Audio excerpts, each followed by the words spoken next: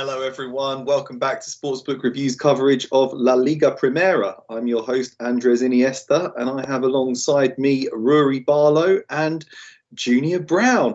Have to start with you, Junior. You came on the show, you made your debut, you gave us two picks, high odds, both of them, and they both won. What a fantastic start to the season. You must have felt delighted watching those games come in, just as you predicted. Well, it's funny that you say that because it couldn't have started off any worse. Valencia gets a red card within the first 60 seconds. I was pretty close to turning off the game at that point, but I said, you know what? Let's just see what happens. Is Getafe going to take advantage? Obviously, Valencia's keeper a great deal of gratitude with some of those miracle saves he made towards the end, but. And as for Osasuna, Cádiz, no, sorry, that's not the game I had. I had, Espanyol. I did have Espanyol, yeah. That game was extremely, extremely boring. But the result is all that matters. So hopefully we can continue on into week 2. Indeed. And Ruairidh, you're joining us again. We had you on during the Euros and you gave us some very astute predictions, which we were very grateful for. We had your colleague Matt on last week. Quickly remind everyone who you are, what La Liga Lowdown is that you work for, please. And do you have a favourite Spanish team? I'll admit to the last question. For all my sins, I'm a Barcelona fan. And all hate is welcome, received and understood. But yes, I'm from La Liga Lowdown, as Matt Clark, as you had on last week, is, and we are a content hub, so to speak. So you can find articles. We cover a lot of La Liga on social media, and any news, sort of views and stuff you can find there. And we'd be delighted if anyone wants to come and join us online, because there's plenty of really, really good content on there this year. Great. Glad to hear it. Thank you very much. Start analysing the games in just a minute, but I would like to give you your daily reminder to please give us a thumbs up, hit the notification bell and subscribe to the channel. That way you will be notified every time we start filming about football, basketball, tennis, UFC, baseball, all the different sports. And after you've enjoyed this fantastic video, head on over to sportsbookreview.com and you can read all sorts of free content from our expert handicappers and lots of sportsbook reviews too. Also join SBR's Pick 6 contest. This is covering NFL and college football.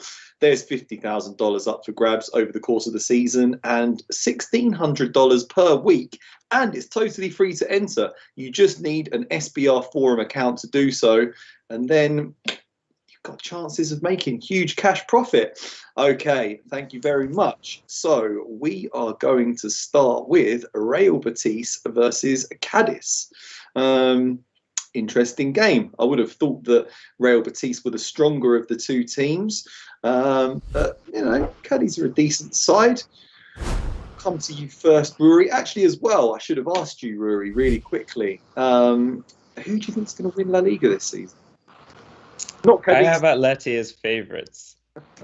I think they will win it, but I have absolutely no confidence in that pick. Purely because it's Atleti, and anyone who's watched Atleti knows that nothing is ever simple, and they will do their utmost to throw away any leads that they have. Yeah, that sounds a bit like them. But obviously these two aren't going to be winning the league. But do you think they could enjoy a reasonably strong season, Real Betis and Cádiz? Or yeah, I think there's the tools for both of them to certainly try and continue what that they were doing last season. However, I think there's two main counts on which both of these teams will be concerned that maybe perhaps they can't replicate what was a really successful season last year. Real Betis, they are in the Europa League again for the first time in a wee while, but that does mean that their squad is going to be far more stretched than it was, and I'm not entirely sure if they have the depth to deal with it. I thought a lot of the games that they won last year that fired them into that 6th position finish were really tight, and they just managed to get over the line, and that was a credit to Pellegrini and the sort of mentality that he'd instilled there. But if you then take that and stretch it out over another sort of 20 games this season, I don't think they're going to get to the final, but you really stretch out your resources. And Betis, do they have the finances to sort of make that up? We'll maybe see if they add anything at the end of the window. I'm not entirely sure.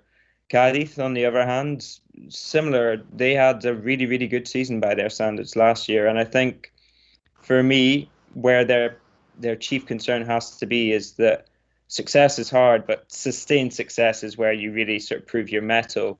And Cádiz were so solid and so excellent last season that perhaps you might see a little bit of a drop off. Not everyone will be performing at the same level, but on the flip side, you do have the return of the fans, and that could really boost them because they do have a good atmosphere down there in Cádiz. It's a fun city to go visit. Yeah. And just moving on to this game if you want to, Martin. Please do. Yeah, so I think this is the sort of game that Betis don't like. Cádiz they're masters of invading your space. They will suffocate you and they will try and keep you as far away from their goal as they possibly can. And I think for Real Betis, who have a lot of good players, they've got Nabil Fekir, they've got Sergio Canales, who are technically wonderful. It doesn't allow them the sort of space that they want to really get into the game and to control it. And I think you saw them not necessarily struggle too much against Mallorca, but Cádiz has demonstrated that they're a better side than Mallorca to all intents and purposes at this stage. And so I think you could. I mean, I've gone for a draw in my prediction for this, and I think that's part of it is the fact that I'm not sure I see Betis breaking Cádiz down too much, to be honest. Okay, interesting. Yeah, I think you were saying that you're going to go for a low scoring draw in this one. So 0-0 or 1-1, that would be a good result for you. Yeah, difficult game for Real Betis. Just looking at the chat here, Onua, it's his first time on the show, sending much love from Nigeria. Delighted to have you here. Thank you. Mitch is saying Junior's on here. Not only is he on here, he's 2 out of 2 so far. Junior, we're hoping you're going to keep it going. And they're also asking, are you wearing a Valencia shirt? I'm not sure if that's a. No, it's funny. I actually back in the day, as you're going to think this is funny, I had a friend of mine who was in Valencia. She bought me a Mendieta shirt, brought it back. Well, I am not the size of the average Spanish person, obviously, because a double X in Spain is like a medium in North America. So I've never been able to wear that jersey. I might have to bring it out for the next show, though. That sounds good. That would be. I know Valencia did you proud in the opening week, but maybe not quite buying all their replica shirts just yet. What are your thoughts on this opening game from Real Betis against Cádiz? Yeah, I hate to be going head to head with Rory, but I actually have Betis -1 at even money, and my reasoning behind that is something that actually Rory mentioned is that before the European calendar starts, they're going to need to pick up as many results as they possibly can. Because their squad is quite thin. I think, especially in the middle of the park, Canales has a lot of responsibility in that team, and I think that as I mentioned last week, when he plays well, they tend to play well. I do think that they did get some good preparation for this match against a Mallorca side that's set up to pressure you high up the pitch and not allow you to get into very good goal-scoring opportunities. I just think at home, in this situation against a Cádiz team that last week didn't really offer much. I'm pretty sure that they did not have a shot on goal from open play until that 97th minute equalizer. So if that's what's going to happen against Betis, and there's no guarantee, one match is not enough to say that's who they are. But if they don't offer more against Betis, I don't see them scoring. I think we're getting a 1-0 result here. Okay, I mean, I hope it's not 1-0 because that would be a push for me. But I do see a 1-0, 2-0 result realistically, because I do agree with Rui. It will be difficult for Betis to break down Cádiz. Cádiz is not. They're not silly enough to think that they can just go out and play an open match and still be able to handle likes of Fekir and Canales and all these guys that they have going forward. I think that Cádiz is going to be more set up to look for a draw here. Okay, great. So you're going for -1 on the Asian handicap line. So push if they win by 1 goal, and you're in profit if they win by 2 or more goals. So we're hoping for a big win for Real Betis in this game. Next one, we've got Alaves versus Mallorca. Interesting game. As expected, Mallorca opened the season pretty well on home turf last weekend, but got a pretty impressive draw with Real Betis at home. But can they keep it going now they're on the road? I always worry a bit for Mallorca on the road. What do you think, Junior? Did you see much from them last weekend? Do you think they can get the job done again this time around, or do you think they might struggle playing against an Alaves team that look distinctly average against Real Madrid? Yeah, this one is a really tough one because whenever Mallorca leave the island, it's getting results for them is a real problem. As for Alaves, I don't think that I have enough of a sense of what they are after that game against Real Madrid, which is a really, really odd game with some goals that I'm not going to say Real Madrid were fortunate, but Nacho got you his 1 goal that he's going to get this season. They got a Vinicius Junior header. I mean, this Alaves looked vulnerable from set pieces, but obviously Real Madrid have a ton of very, very good set piece takers, namely Luka Modric. So that's not really something that Alaves should have to worry about against Mallorca. I do think that, like I mentioned in the last game, because we're talking about Betis, Mallorca is going to look to pressure Alaves high up the pitch, really, really stifle them and look to hit them on a counterattack. I actually think this game is going to end in a 0-0 draw, but I don't have a play on it. Nice one. I love betting against Mallorca when they're on the road. I just can't bring myself to do it against an Alaves team that just lost 4-1. I'm worried they're going to be a bit low on confidence. What do you think, Rory? Can Alaves bounce back and get a result in this one? I actually think you should stick to your general rule of betting against Mallorca away from home, because Alaves, yes, okay, they lost 4-1 against Real Madrid, but the last goal of that was in the closing stages, and I think there were bits to like about the Alaves performance in the first half when it was still level. And once you go behind to one of the big teams, you're always playing catch up, and you're always likely to concede again because you do have to come out a bit more. Javi Calleja, who came in and really inspired this Alaves team toward the end of last season, I think he is going to be the big difference in Alaves for me, and they need a big difference, admittedly, even just to stay up for me. But Joselu up front, he is the key for me. He's the best striker in the sort of bottom 5 or 6 teams in the league this year for me, and I think he could really make the difference. And I actually quite fancy him to score this game.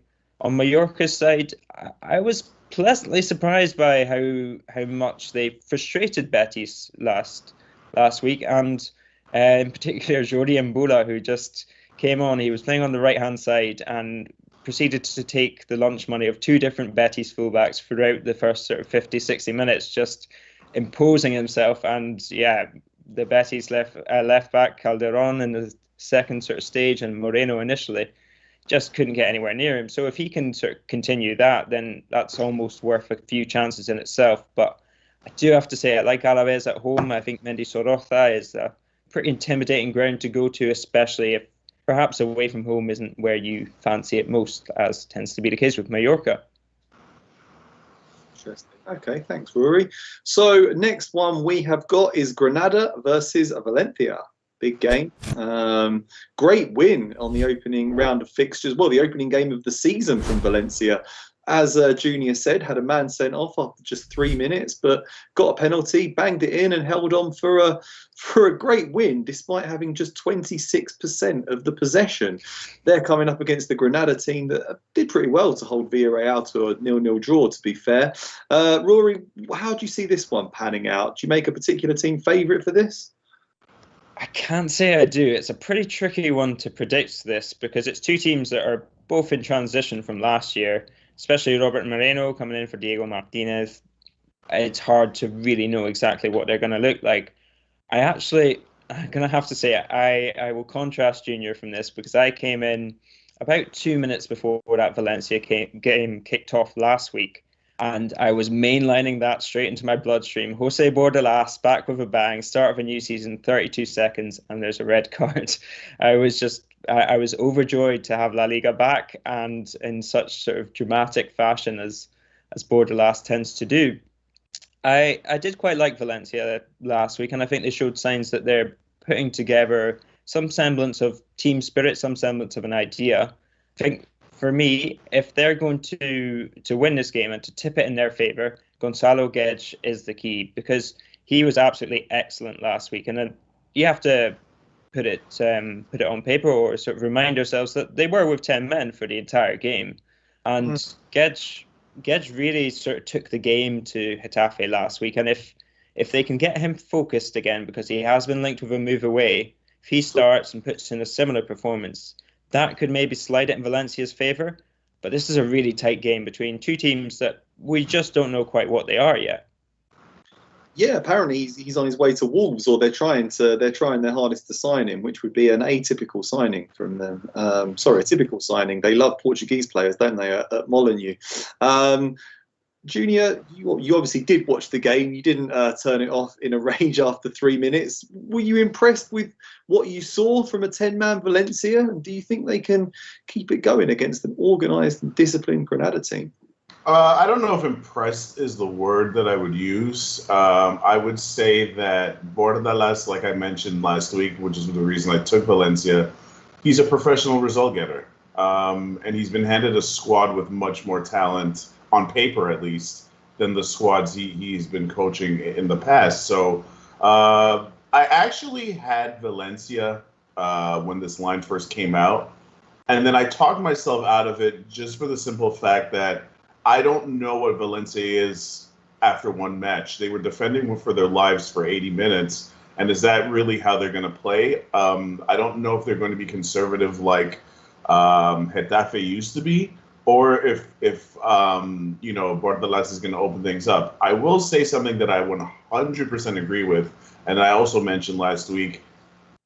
Guedes has to take that next step in his evolution as a player. The amount of talent that guy has and the lack of end product is so frustrating for me to watch. I think that if he plays up to his potential, that takes this team to a whole new level. And one thing I was impressed with was watching that game. They went down to 10 men, and Guedes literally, like, that put a battery in his back. He was everywhere, tackling, running. His work rate was actually incredible. And I think, we saw that Bordalas is able to maximize the talent of his players. If he can do that for Guedes, and you combine that with Soler, you combine that with Maxi Rodriguez is not my favorite, but he's obviously a talented player. If he can maximize the talent of those three, you're talking about a completely different ceiling for this Valencia squad. So I just think I need an extra week to really find out who they are, because I did see that Villareal Granada game, and Granada's midfield three were actually pretty good in that game. They were actually really solid. So if they can put up a performance like this, I could see a draw. But Valencia should be able to pick up a win. I just don't know enough about who they are under Bordalas to invest right now. Okay, great. Thanks, Junior. Yeah, like you say, Villareal did dominate possession in that game, but Granada looked very solid throughout proceedings. They're now coming up against Espanyol, Villareal versus Espanyol in Barcelona. So it's going to be a difficult game for Villareal, but I'm wondering if this could be the one in which they pick up a first victory of the season.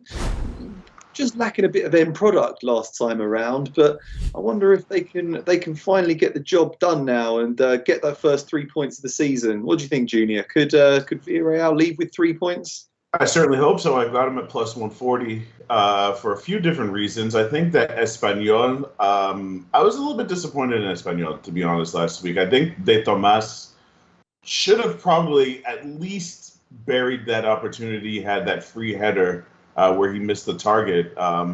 So he's always someone you have to watch out for, because De Tomas is a good player. But I just feel like overall, Espanyol did not show me enough for me to think that they can threaten Villareal. I think Villarreal's midfield should have a great time. Not a great time, but they should have more success than they did last week. And I really think there's a lot of potential with this partnership between Moreno and Dia. Dia looked very strong in that first game, and I think that him and Moreno were linking up pretty well. Trigueros looked pretty good. Like, a lot of Villarreal's players look good. I think that what we predicted last week is that maybe a bit of a letdown after such an important match.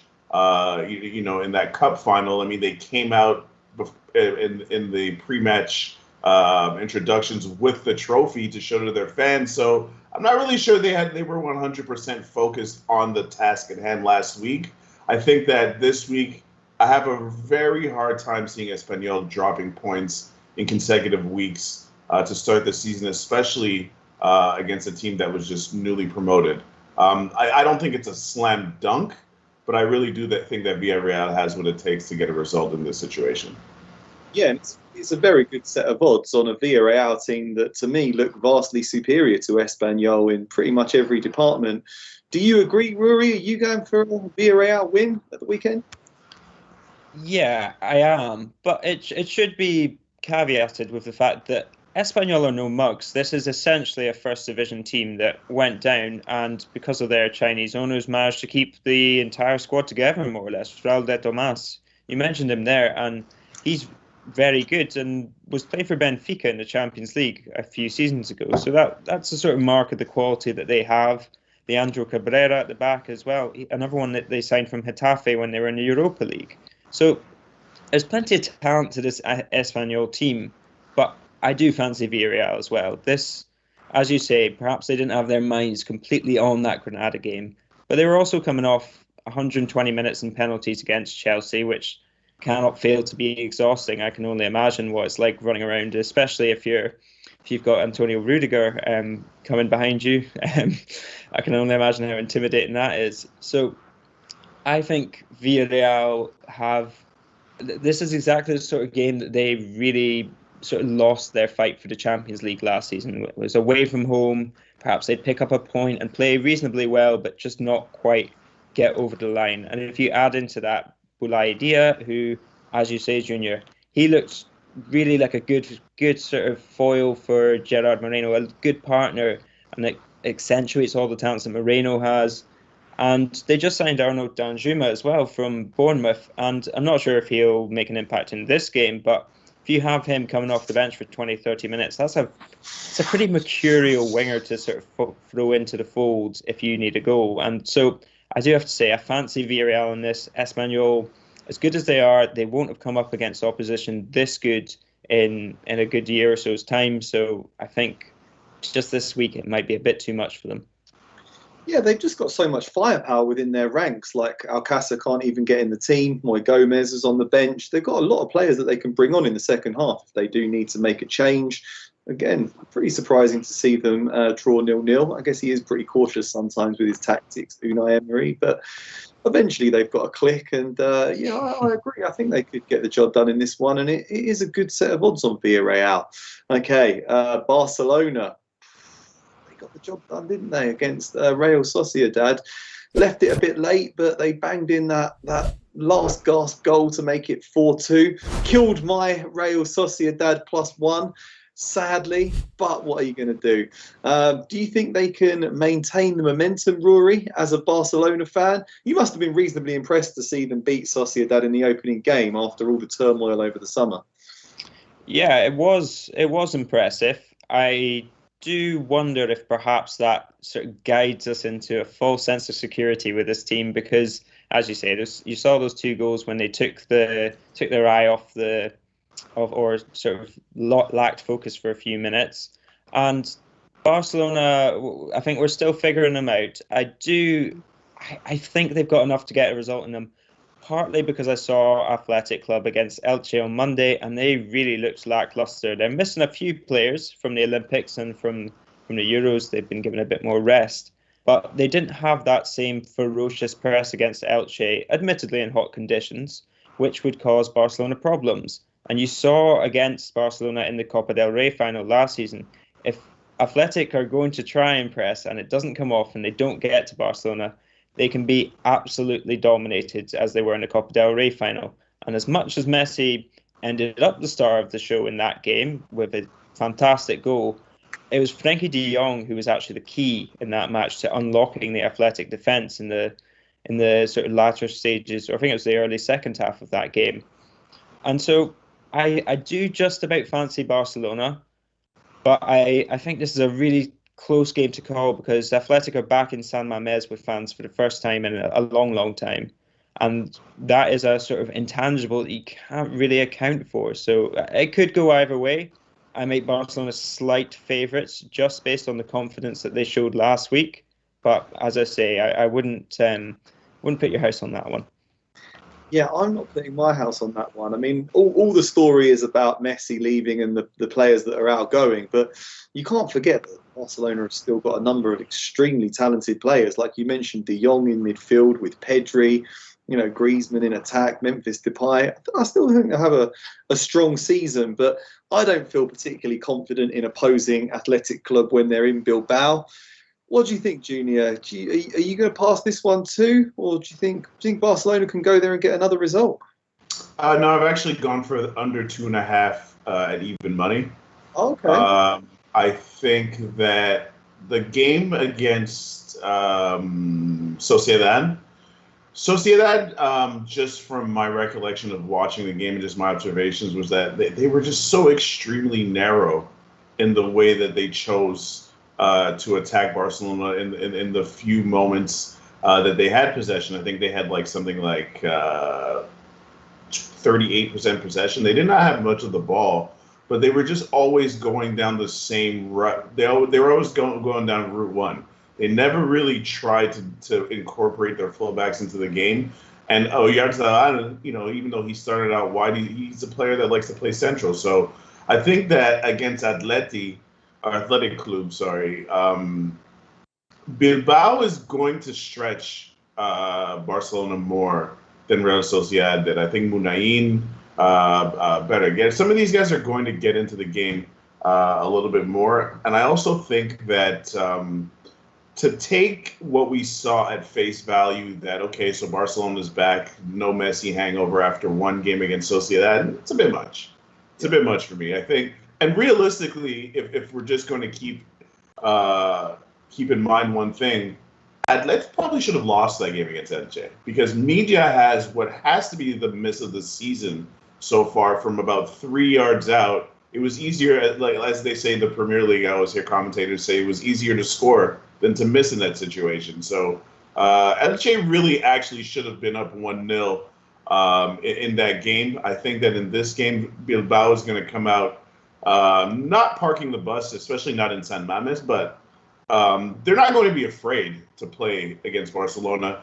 I feel like these teams play each other 5-6 times a year because of the Copa del Rey and the Super Copa. They always seem to match up against each other. And if I'm Bilbao and I look across there and think about all the times Messi has stuck a knife through my heart, it's got to be pretty reassuring to go into this game knowing that he's not going to be there. I know that's the most obvious comment I could possibly make, but for Bilbao, I think that really applies, considering the recent lack of success that they've had, even though they beat them in the Super Copa. They needed a miracle comeback in order to make that happen. So any chance that they can get to kick dirt in Barcelona's eyes, I think they'll take it. I think it's going to be a very, very a game where Atleti puts, I keep calling them Atleti, sorry, where Bilbao puts that pressure on Barcelona high up the pitch that you did not see last week. I'm not sure what the result would be, but I have a hard time seeing more than 2 goals in this game. Yeah, I agree with you there. I could see a 1-1 maybe in this game. I think it's going to be a tough one for Barcelona. And like you say, we can't read too much into one opening day victory over a perhaps slightly rusty Real Sociedad team. But that's who we're moving on to next, Real Sociedad, who coming off a 4-2 defeat to Barcelona, but they've got a really good chance to turn things around against newly promoted Rayo Vallecano, who... Oh, they had a man sent off, didn't they? Zidane sent off very early on, and they were just chasing shadows for the rest of the match against Sevilla. Ultimately lost 3-0, and pretty bruising encounter. they've had enough time to recover from it. But do you think that Real Sociedad can get the win here, Junior, or do you think Rayo can cause some problems? No, I think this is a Sociedad win. The price just does not appeal to me in any way, shape, or form. I'm not paying minus 200 again on Sociedad. I will say that, like I mentioned last week, Rayo, I'm not going to say they should not be in the Primera División. I will say that they're very, very fortunate to have upset Girona to make it into the Primera División. They finished 6th in the Segunda last year, and to me, that speaks volumes. You're talking about over 42 matches. 5 teams were better than them in the second division. I think they were one of the leading candidates to go back to the Segunda, and I think that Sociedad, especially on their home ground, should be able to pick up points here, pick up a victory here, a 1-0, 2-0 victory. I don't want to say that Vallecano didn't offer enough last week because, Zidane got sent off pretty much right away, and then they were just defending for their lives for the rest of the match against a Sevilla team that, even with 11 men, is a much, much better team than Vallecano anyway. So I'm not going to take too much from that game. I just think that Sociedad, especially the way that they ended the game last week against Barcelona, they play a little bit more openly, and they get a result here at home against a team that is just not in their class. Yeah, I agree with that. It's a bit of a baptism of fire for Rayo Vallecano coming up against Sevilla and then Real Sociedad. I think Real Sociedad can get the job done here. I was on Sevilla last weekend, and I think this is a really good opportunity for Sociedad to bounce back and take all 3 points. What do you think, Rory? Yeah, it's hard to find a point of disagreement with you there. if I can make a comparison to Elche last season, they also finished 6th and made it into La Liga via the playoffs, and they did very well. But it should be remarked upon that they managed to stay up partly because of an end of season sort of run under Fran Escribá, but also they started off the season with about 13 games where they only lost 1 or 2, and they really carried in the momentum from last season into the previous one. So Rayo, as you say, they started against Sevilla and they get a man sent off after 11 minutes. Now they go up to the Basque Country to face a Real Sociedad side that perhaps isn't the behemoth that Sevilla, I think, are at the minute, but they are a very talented, very technical side, and they're the sort of team that really tests your level in terms of sort of the lower down in the division teams, because they do just have loads of talent in that team.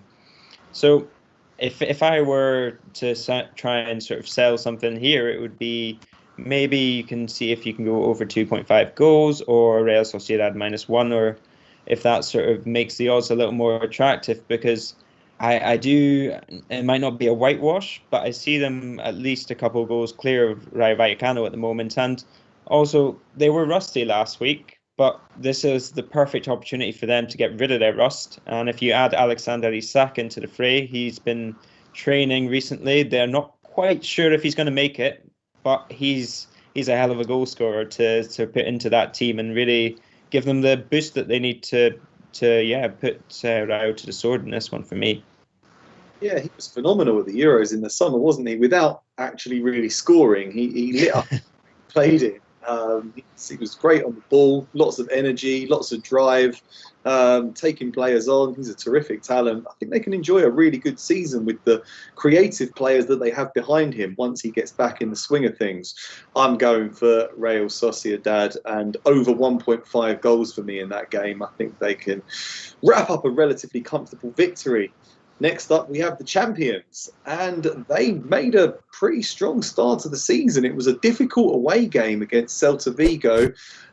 Matt, your colleague from La Liga Lowdown, he was on Celta Vigo draw double chance, and Celta gave a good account of themselves. Aspas scored from the penalty spot, but ultimately Atletico Madrid did what they always do best. It's grinding out narrow victories in difficult circumstances. Now they've got a home game against Elche, who are a reasonably decent team. But do you think, Rory, this is time for Atletico to pick up their first win of the season at the Wanda Metropolitano. Yeah, and I think Matt must have been pretty frustrated because Atleti cleared one off the line right at the end there that would have given him his draw. Atleti, though, in the first 50, 60 minutes, I was really, really impressed with them, and I thought that they played very well. They looked comfortable, and they more or less neutralised Celta for the most part of the game. And it's to Celta's credit, rather than Atleti's detriment, that they managed to sort of dominate the last half hour, force them back, and really sort of have them on the line and hacking things away. But this, for me, has to be a relatively comfortable home win, or at least as comfortable as Atleti do them. I would have them at sort of -1 if you're going to look to sort of increase your odds there. But there's just no way around them for me. I think that I think it's interesting as well just to see that Saul and supposedly Marcos Llorente were training at fullback in a back four for Atleti, which is pretty attacking for Simeone. And if you think about it, it's quite a Pep Guardiola move of having your sort of midfielders at fullback in order to sort of improve your distribution and when you're going forward. So this just has to be an Atleti win, and I will be very shocked if they don't pick it up. Okay, what sort of Atleti win do you think is going to be? Because sometimes they grind out a 1-0 win, and sometimes they just go all guns blazing. And do you think it could be a high-scoring game, or is this going to be a typical Atleti performance? I wish I could give more value with a high-scoring win, but Atleti are still sort of early season, and I don't know if they quite have the sort of fluidity yet to say that they're going to score 3 or 4 goals. Perhaps Luis Suarez starts, and that increases your chances of that. But if I was to predict an exact result, it'd probably be 2-0. So it's not something that's particularly going to get your heart racing. But it's a comfortable Atleti win without really sort of going at Elche, so to speak. Sure, they'd be delighted with that. Simeone probably goes to bed dreaming of 2-0 wins. That's ideal. What do you think we're going to get from Atleti in this game? Think they get the job done at home? They should. I just am not interested in them at this price because of the very obvious point that goals are always hard to come by for a team this talented, partly because of the way they play. And I need to know that Luis Suarez is playing. Great for Angel Correa that he scored a double. When I saw that, I'm a numbers guy, and I got very curious, and I thought to myself, have I ever seen Angel Correa score more than 1 goal in a game ever? So I went back and looked. It's only the second double of his career since he's been in Europe. So, you know, while Atleti was good, I think Ruairidh is absolutely correct that Celta in the last 30 minutes, and if we're going to be realistic, Iago Aspas really should have scored when he got put through on goal there. I was shocked that he missed that opportunity, and that game probably should have ended in a draw. Now, I'm not going to take anything away from Atletico because, like we know, this is a team that just grinds out results, regardless of the fact that they're full of international players, a couple of world-class players. They just tend to grind out results. And I think that for me to think that they're ever going to score a lot of goals, that's just wishful thinking. I think Elche comes into Madrid parking the bus. I don't even know if they get off the bus. They might just drive the bus straight into the stadium, just park it in front of goal. I just don't see any way Elche scores. So if it's going to be, if you're going for the over, you're basically banking on the fact that Atleti scoring 3. Unless you got the over 1.5, I'm just not really interested in that at these prices. Yeah, I'm with you there. I've got nothing on this game. It's just a very difficult line. Poor set of odds on Atleti when, like you say, they rarely blow teams away. So difficult to think if they're going to cover any sort of handicap. Real Madrid, they did blow the opposition away in their opening. Not everybody was expecting such a thumping victory for them against Alaves, but you know they turned up. Karim Benzema did what he does best. He scored a brace. Like Junior said, perhaps it flattered them a little bit with Nacho scoring and Vinicius getting a header, but I don't think Carlo Ancelotti will really care too much. So now they're up against Levante on the road. Junior, what do you think is going to happen in this game? Yeah, so I'm not ready to, again, just like last week, I'm not blindly betting on this Madrid side away from the Bernabeu. Not yet. Not until I see more. I will say this. If you're a Madrid fan, you have to be extremely encouraged with how lively Hazard looked. And even though it wasn't Gareth Bale's best game in terms of productivity, he looked lively. He looked fit. He was popping up in different positions. Attempting shots, which he's very capable of making from outside the area. So if the two of them are lively, then obviously, Madrid has a chance to challenge for the title. I also think that you have to be extremely encouraged with their midfield. The way that Modric looked, he looked very good. Casemiro has been solid for a while. And the Uruguayan, his name is escaping me right now. Valverde. Valverde. He's just a bundle of energy, man. He's all over there. He makes great runs. He also tracks back. His work rate is incredible. And when you combine that work rate with Casemiro's work rate, they've got something there. It should be interesting to see when Cruz comes back. Obviously, he's going to get his place back, but they've got to find minutes for Valverde. He's been solid for them for a couple of seasons now. I just think with Madrid, I don't want to take too much from one game. I think that scoreline was a bit flattering. And honestly, Levante's midfield, they played pretty well in that week one game. I think Morales was very unlucky to hit the post when he got put through on goal in the second half. And I think that all of their midfielders played pretty well. And if they can get a solid performance from their midfield and hopefully, I don't want to say Soldado score, but Soldado just give the Madrid backline something to think about, because there's no way of all the impressive performances that we saw. Militao wasn't great. Nacho, he's okay, but Levante can do some things. I really think they can do some things. So I just don't want to back Madrid on the road yet until I see more from them. Because one result against Alaves was not enough to convince me. And even though Levante did not get the result they wanted, I don't think they were as bad as the scoreline indicates.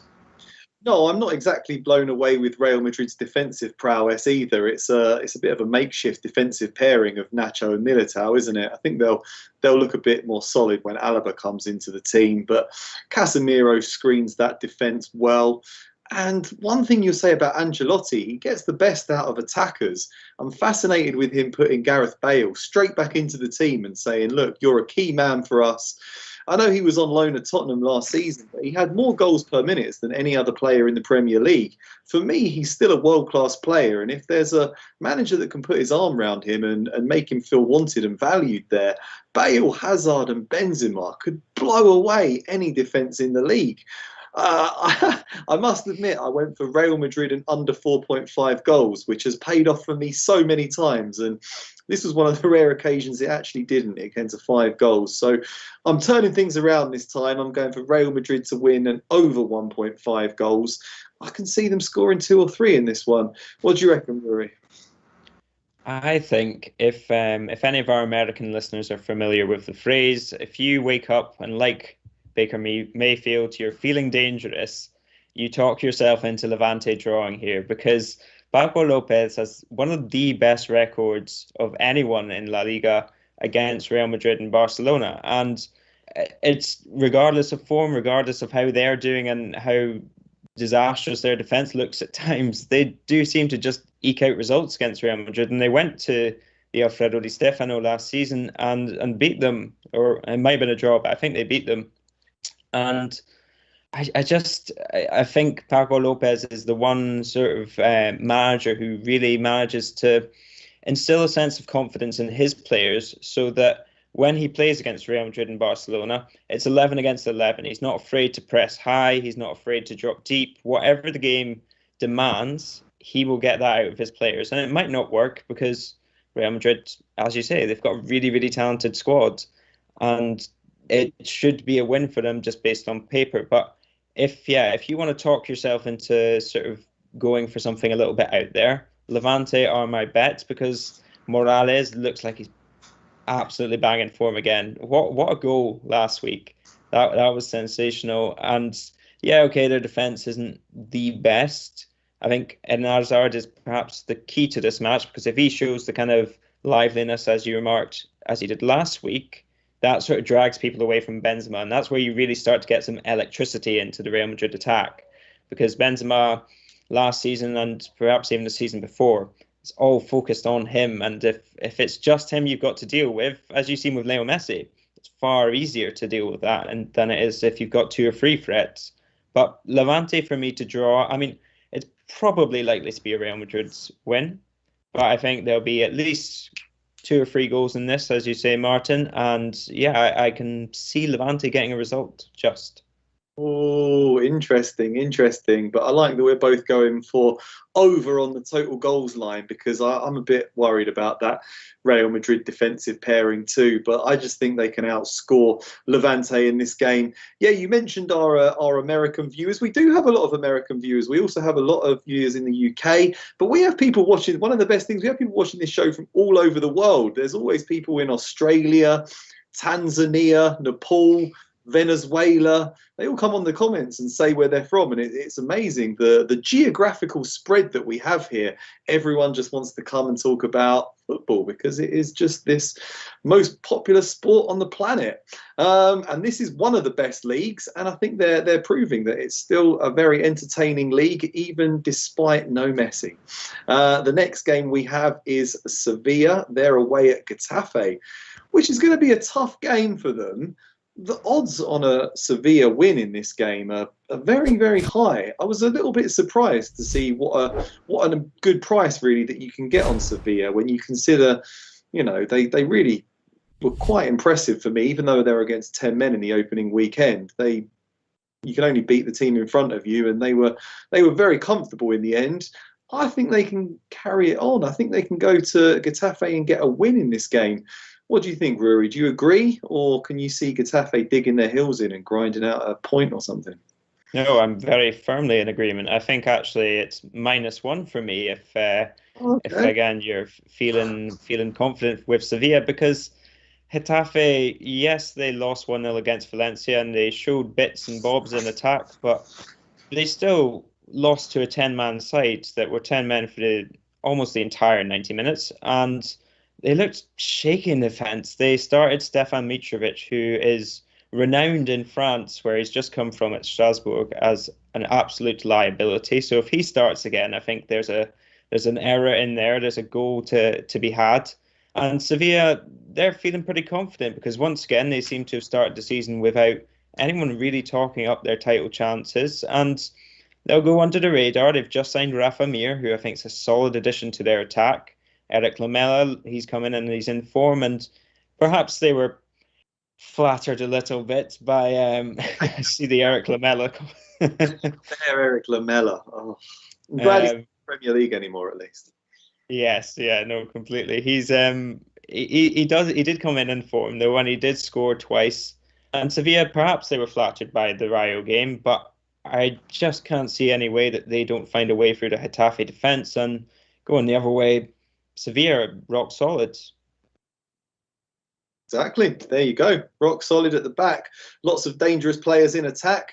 I'm all over Sevilla in this game. I think it's a great set of odds. Are you going to make it a full house, Junior, or not so much?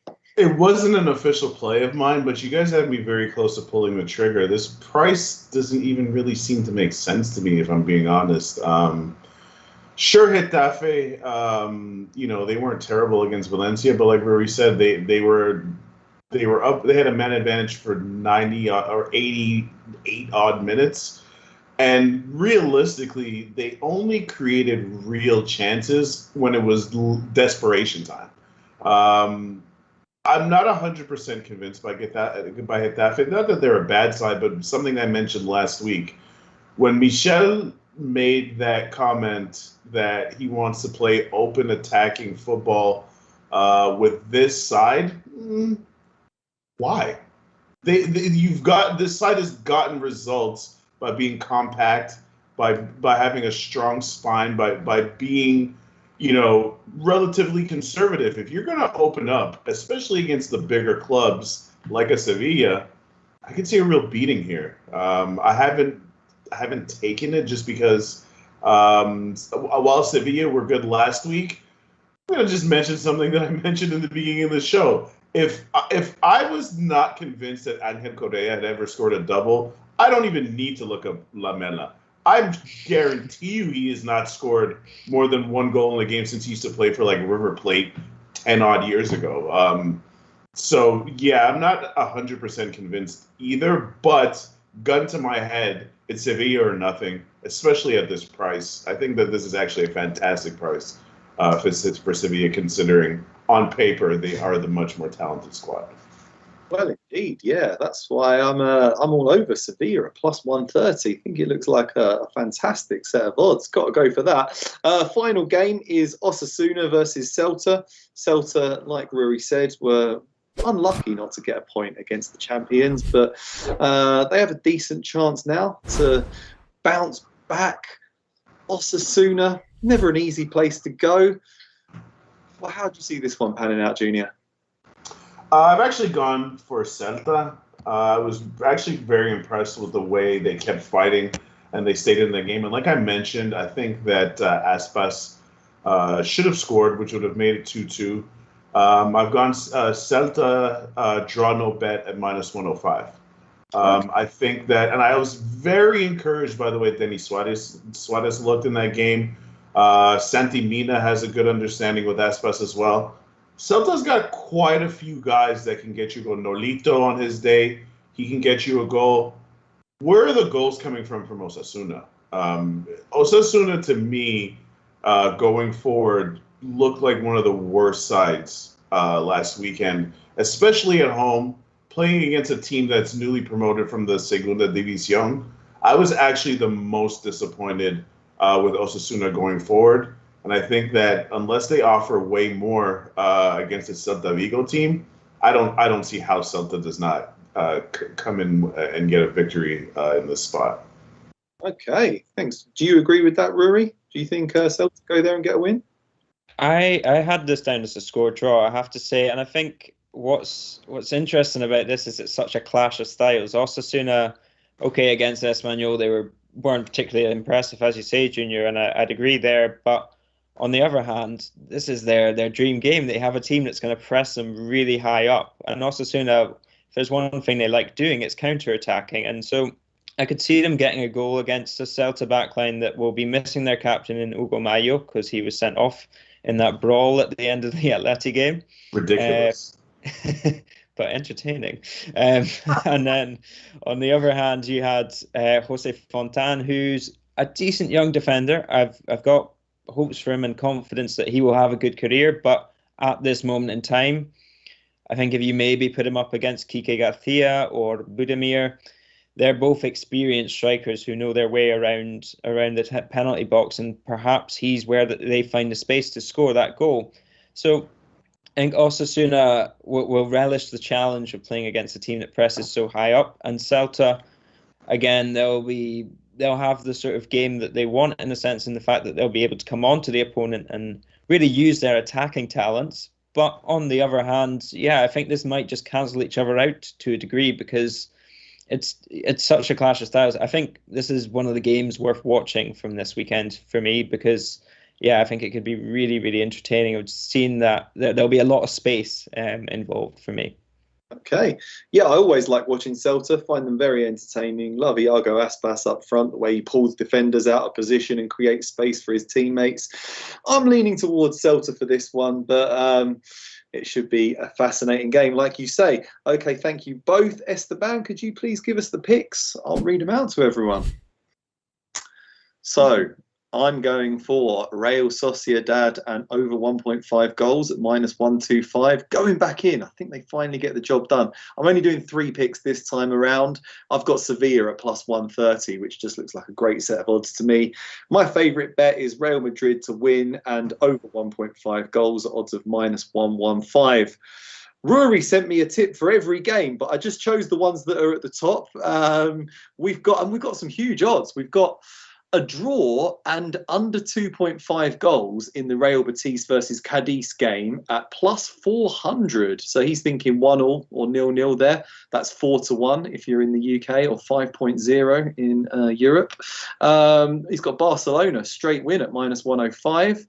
He's going Real Sociedad minus 1.5 at plus 150 because he thinks they can win by 2 or more goals. Same for Atletico Madrid at minus 125. And I've put a U there. I should have put an O. He means Villareal to win and over 1.5 goals at odds of plus 220. Junior, who is 2-0 so far, he's leading the way. He's going for Villareal at plus 140. He's got Celta draw no bet at minus 105. He's going for under 2.5 goals at even money in that Athletic Bilbao versus Barcelona game. And he's also going for Real Betis minus 1 at plus 100. That's minus 1 Asian handicap. Thank you very much, Esteban. And thank you both for joining me today. Thank you all for watching. Hope you have a great weekend. Please give us a thumbs up on your way out and head on over to Sportsbook Review. Read all about it. See you next week, guys. Thank you very much.